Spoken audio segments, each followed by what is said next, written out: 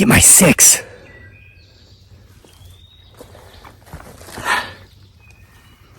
What's up, everybody? Welcome back to Homesteading Off the Grid and whatever the heck this channel's about. Today, this channel is about multitasking. I have an extremely creepy story for you. It comes from a viewer, so it's not my story, but this story confirms a suspicion I've had for a long time, more than 30 years. It's glad to see that it's being confirmed by others, not just myself. I have seen evidence of this suspicion myself here in the last few years, especially since buying this property. But I've got to multitask. I have here a jar of honey. Let me place it out back here as you're getting my 6, which means for all of you new folks, means look behind me, watch behind me, because you never know who or what might show up in these videos. We've had everything from wildlife to potentially Bigfoot, Sasquatch, such things as paranormal activity, and sometimes it appears as if Brandon's rolling down the hill in a sleeping bag. But let me put out the honey. And no, I'm not gifting him, her, it, or they. I'm trying to lure in an approximately 400-pound black bear that we've had living here on the property since late spring. I've been out, I talked to it this morning, and I've got some video footage of that. If all goes well and I'm able to complete this project I'm working on with this extremely large bear, I'll upload a video, of course. What's going on is I noticed that beside my porch, where my porch meets my house, I have one of those nasty old yellow jackets nests. Now, quickest way to get rid of those things is, of course, to pour gasoline in it, but I have a pond right down there, and nobody needs to be pouring gasoline into the ground. It's just pollution, right? I used to do that before I knew any better, and I'd light it and I'd watch the fire just shoot up out of the hole. That was always fun to do, but you don't even need to do that, really. The gas will kill the ground wasps / hornets. They're not bees, I know that.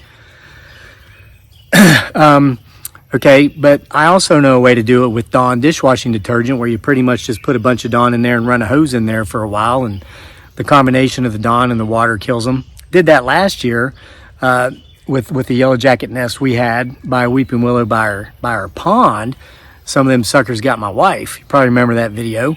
But I can't do any of those things because this is at the base of the foundation of my house. Okay, I wouldn't dump the gasoline in there anyway. I've matured past that as far as environmental responsibility goes. But I can't even do the soap and the hose of water because I don't want to flood the crawl space under my house. So the only way I can figure to get rid of this yellow jacket's nest is to enlist the help of this 400-pound black bear that we've had living on our property since late spring. We wanted to name it. I mean, that's how frequently we see it. But trust me, Winnie the Pooh and Smokey the Bear are not appropriate. This sucker's huge, so we just call it Biggin. So here's what I'm trying to do. When I talked to it this morning, because it hangs out down underneath this old red oak log we got down here in the middle of a blackberry patch, eats the blackberries. I've talked to it off and on throughout the spring because it used to take these big old bear dumps just right in the middle of the lawn, and I'd run it over with my zero turn. Sometimes I wouldn't hit it with the tires and I'd spew it up with the blades, and man, it's like I was out there fertilizing the fields. So I had to go have a talk with it and say, listen, Biggin, if you're going to do this, do it in the weeds or in the brush. Finally got him to where he does. He hasn't gone in the lawn for a while, but I was out there talking to him this morning, poured a bunch of honey on the blackberries he likes. He was just off in the woods there. He doesn't let me get too close to him, but when he saunters off away from me, he makes sure to stay close enough to hear me, and I just let him know what was going on. So come on, Biggin, you got to come dig up these yellow jackets because that's the only way I can figure out to get rid of them safely. My son's allergic to them. We've got an EpiPen in case he gets stung, and it's right beside where he plays basketball. So anyway, again, I'm multitasking. Let me go place this honey out here. Watch behind me. I'm seriously trying to lure in this 400-pound male black bear while I make this video because I need his help tonight to get rid of these yellow jackets after they've all gone to sleep. Poured the honey on the berries, let a trail of honey right to the nest, poured some honey there, ran like hell, of course, because the yellow jackets started coming out. But I'm going to leave the bottle there tonight, hoping Biggin goes there and digs them up. Give me a second. Here, Biggin, Biggin, Biggin, Biggin.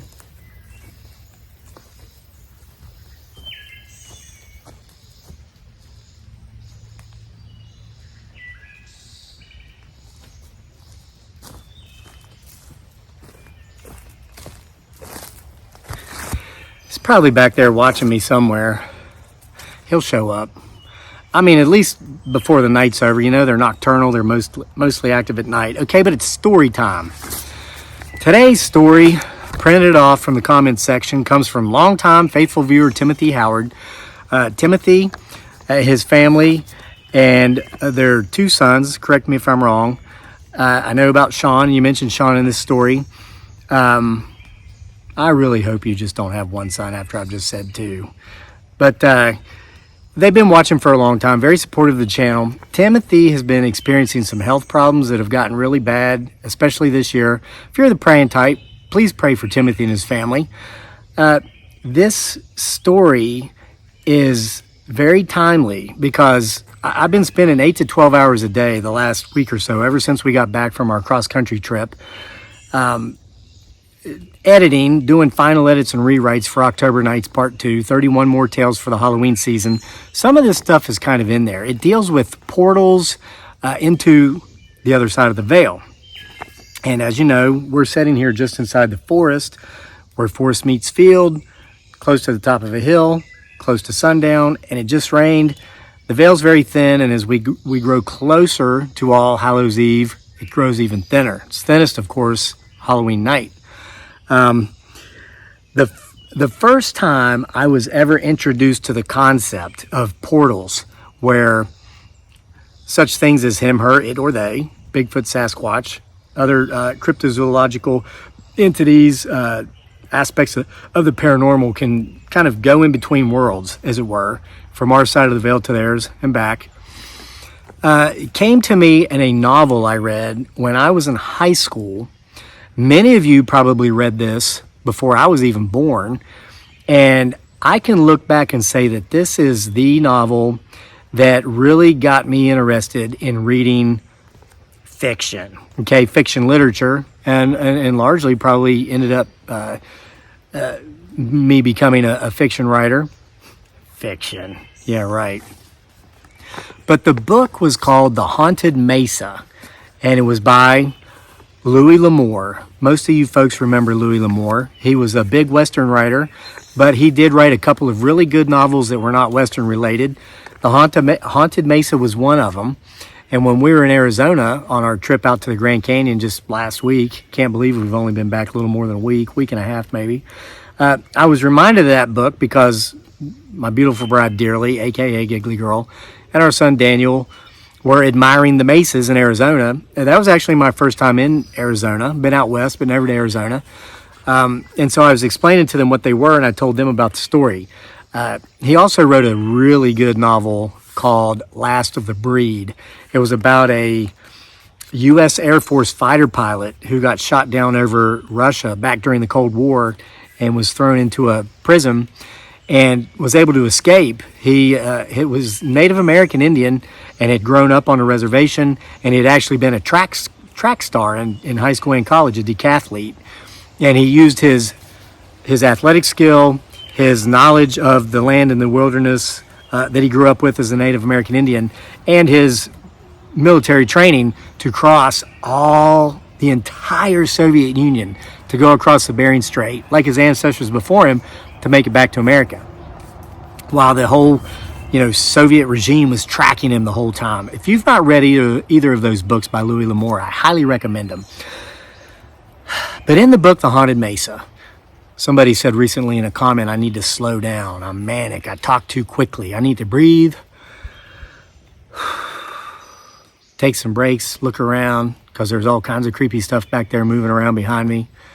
Among them today may or may not be a 400-pound black bear named Biggin that I desperately need to help me come out here tonight and get these yeller jackets.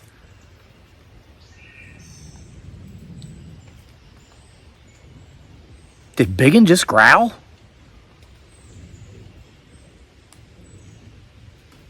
Potentially. Anyway, in this book, The Haunted Mesa, the main character is kind of like a detective. He works for himself, private practice, and one of his childhood best friends goes missing out in Arizona. Sends him a letter for help. Hey, you're the only person I know that could help me. Please come get me. And he hadn't talked to this guy in like 20 years, so he knew it was serious. Turns turns out, and I don't want to give you too many spoilers, but there were these portals in particular around this one mesa. It's called the Haunted Mesa, that you could go in and out of the veil. And in that book, that was the very first book I ever read that actually had a Bigfoot Sasquatch in it.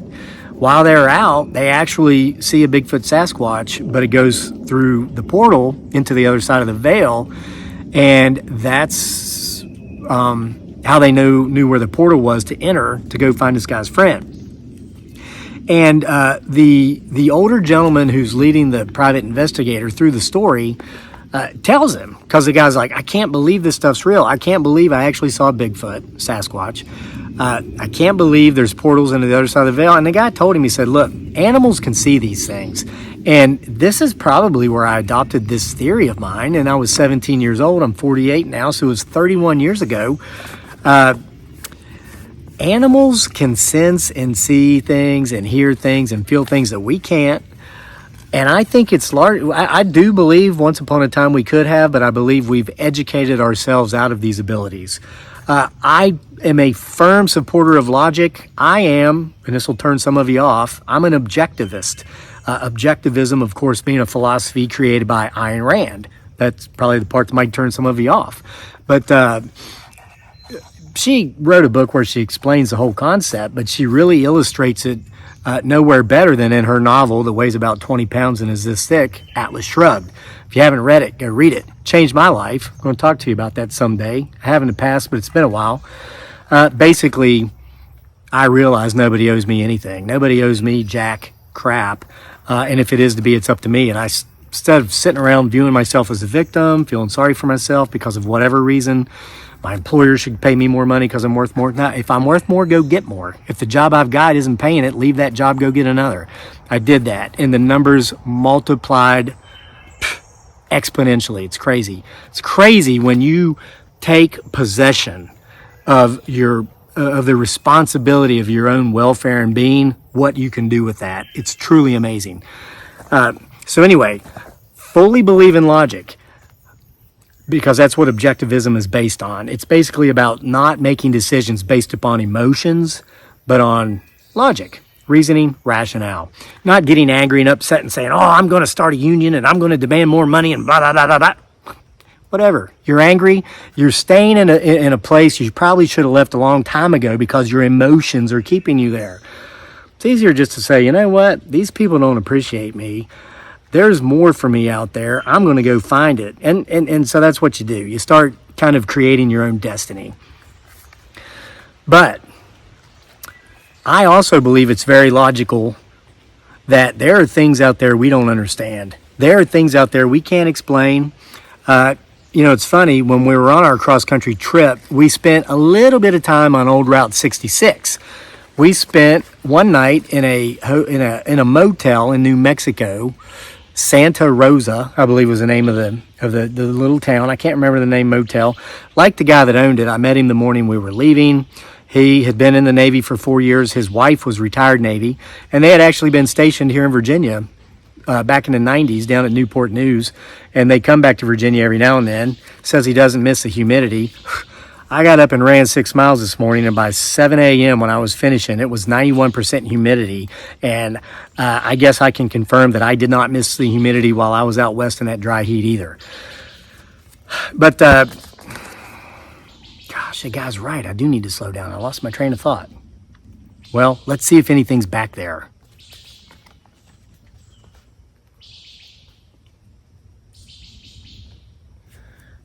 Doesn't seem to be. Potentially. But, talking about logic and unexplained things, I've seen enough things that shouldn't be in odd places. There's one theory that a lot of this stuff presents itself in areas filled with trauma, such as combat zones. I spent time in combat zones, and I saw stuff that wasn't supposed to exist, but obviously did because I saw it with these eyes. And then, of course, all those years in the Philippines, down on Mindanao, southernmost island of the Philippines, all kinds of creepy stuff. And let me tell you, there's probably 4 or 5 really good stories about that kind of stuff. Stories I've never told you about before. coming up here in October, and October Nights Part 2, 31 more tales for the Halloween season. That's a bird. I saw movement. It's just a bird.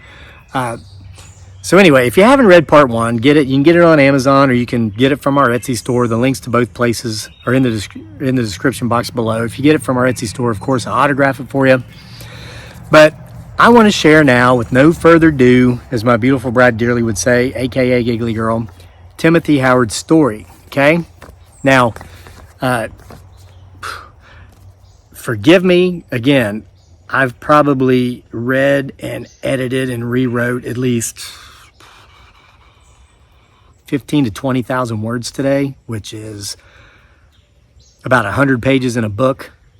So things are looking a little blurry. Bear with me if I get caught up in the tongue twisting here a bit. Timothy Howard writes, and by the way, if you got a story, feel free to leave it in the comments section. I'd mentioned before the trip, potentially setting up an email address where you guys could send the stories. That's still on the burner.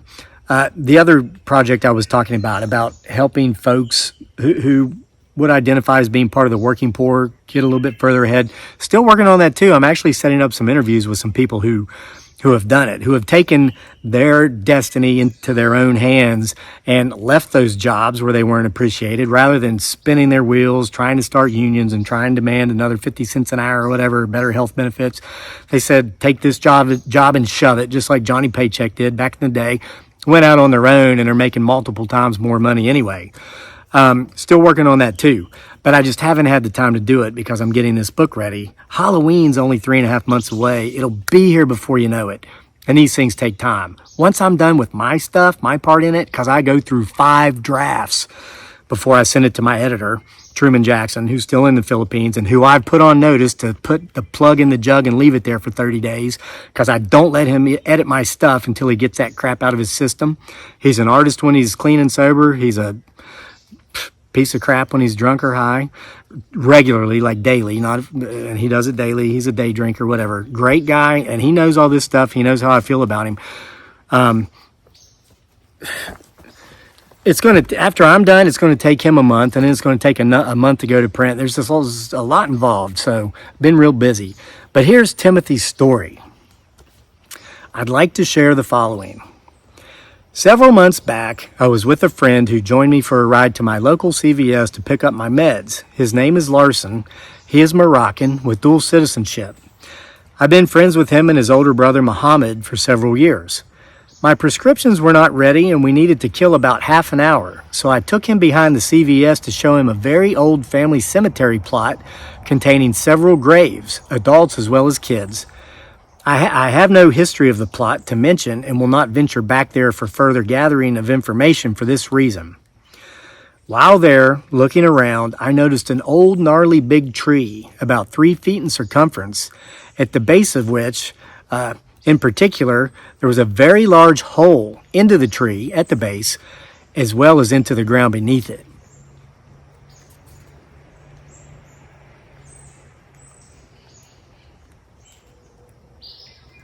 Listen, I've built a rapport with Biggin, and I truly do want his help tonight, but I'm making sure he don't get too close to me if he's sneaking up on his honey. And potentially, there's entities twice his size back here that ain't bears, okay? Okay, this hole into the ground, where the base of this tree meets the ground, seemed freshly dug. I could tell this by the color of the dirt. As I stood there gazing at it, Larson joked, "Hey Tim, be careful. Something may jump out at you." I wasn't amused because honestly, it was a little creepy. My thought was that possibly a coyote or a fox had made its home there.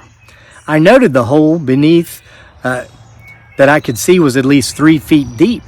Okay, so there's this hole at the base of this tree. He could see that it goes down at least 3 feet. The trunk was somewhat rotted. Well, fear got the best of me because I didn't want to risk yet another prescription for a wild animal bite. Ha ha. So I walked away. That's not funny, man. You never know what these animals' bites could do.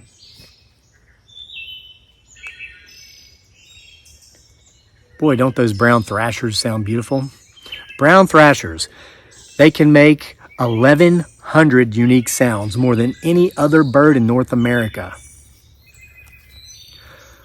Flash forward to a month later. Same circumstances, except I'm with my son Sean. While we waited yet again for my meds, I decided to show Sean this somewhat creepy hole and maybe scare him a bit.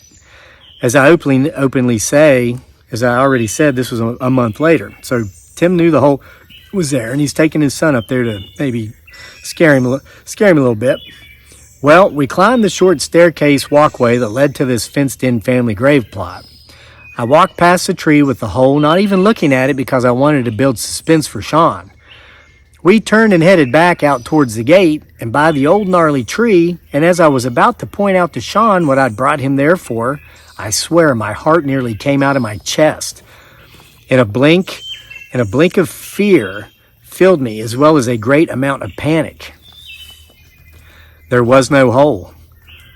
No rotted trunk, no fresh dirt, nothing. I kicked the base, and the tree was solid as rock. I froze and looked around. It seemed the whole setting had changed, and eeriness filled the air. I felt very afraid as I got that gut feeling we were being watched and even laughed at, as I know there was not another person around. Sean asked, "Dad, what's wrong?" And I told him the whole story. He replied, "Let's get the heck out of here." And now even as he was already headed for the car. So the kid was on his way out. I won't go back. Never. I look that way each time I go to CVS, but I won't get out. And here's the clincher. On my old phone, which is broken, are both pictures of the hole as well as pictures with no hole.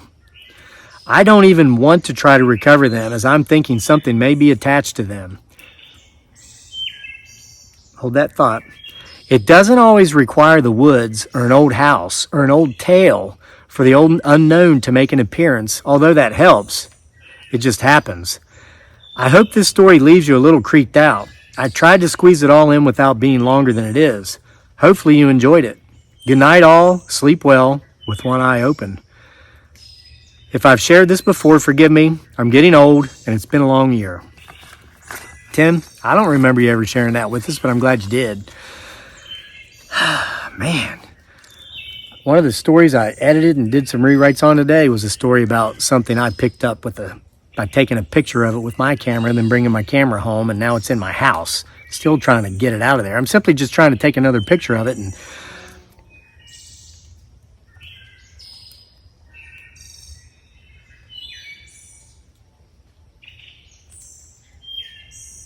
thought I heard either a howl or a growl from off in the distance. So folks, I'm a firm believer in logic.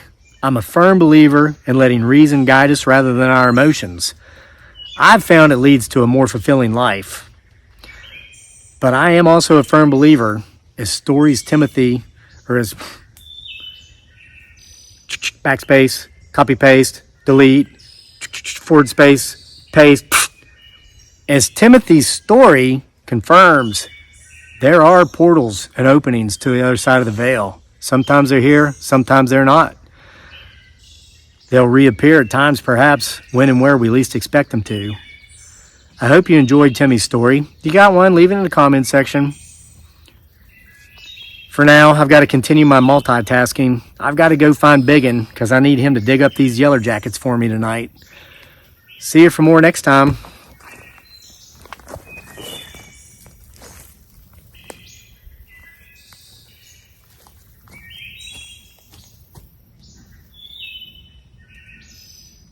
Here, Biggin, Biggin, Biggin, Biggin, Biggin.